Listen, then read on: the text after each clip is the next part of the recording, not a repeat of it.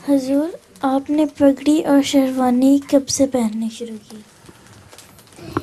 पगड़ी मैंने 2 दफ़ा शुरू की है।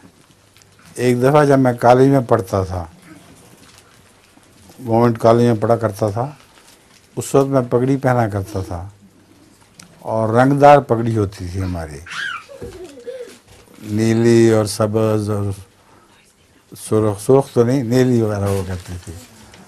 और उस ज़माने में हमारे साथ चीफ कॉलेज होता था, उसमें भी रंगदार पगड़ियाँ पहना करते थे नौजवान।